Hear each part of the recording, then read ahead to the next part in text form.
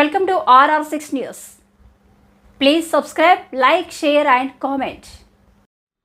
ఉమ్మడి నెల్లూరు జిల్లా రాపూరు మండలంలోని బొజ్జనపల్లి పంచాయతీ పరిధిలోని కోస్టల్ వెస్ట్ మేనేజ్మెంట్ ప్లాంట్ని వెంకటగిరి ఎమ్మెల్యే కురుగొండ్ల రామకృష్ణతో కలిసి సందర్శించిన Andhra Pradesh environment management corporation chairman Polamreddy Dinesh Reddy.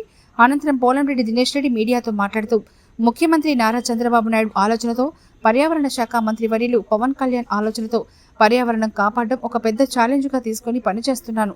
ఉమ్మడి నెల్లూరు జిల్లాలో గత తెలుగుదేశం ప్రభుత్వంలో ఏర్పాటు చేసిన ఈ వేస్ట్ మేనేజ్మెంట్ ప్లాంట్ అనేక పరిశ్రమల నుంచి వచ్చిన వ్యర్థాలను ఇక్కడ సేకరించి వాటిని ట్రీట్మెంట్ చేసి పర్యావరణం దెబ్బతినకుండా కాపాడుతారని, టీఎస్టీఎఫ్ ప్లాంట్ నిర్మాణం ఏర్పాటు చేయడం వలన భావితరాలకు మంచి వాతావరణాన్ని కల్పించడం ప్రభుత్వ బాధ్యతగా తీసుకుంటుంది.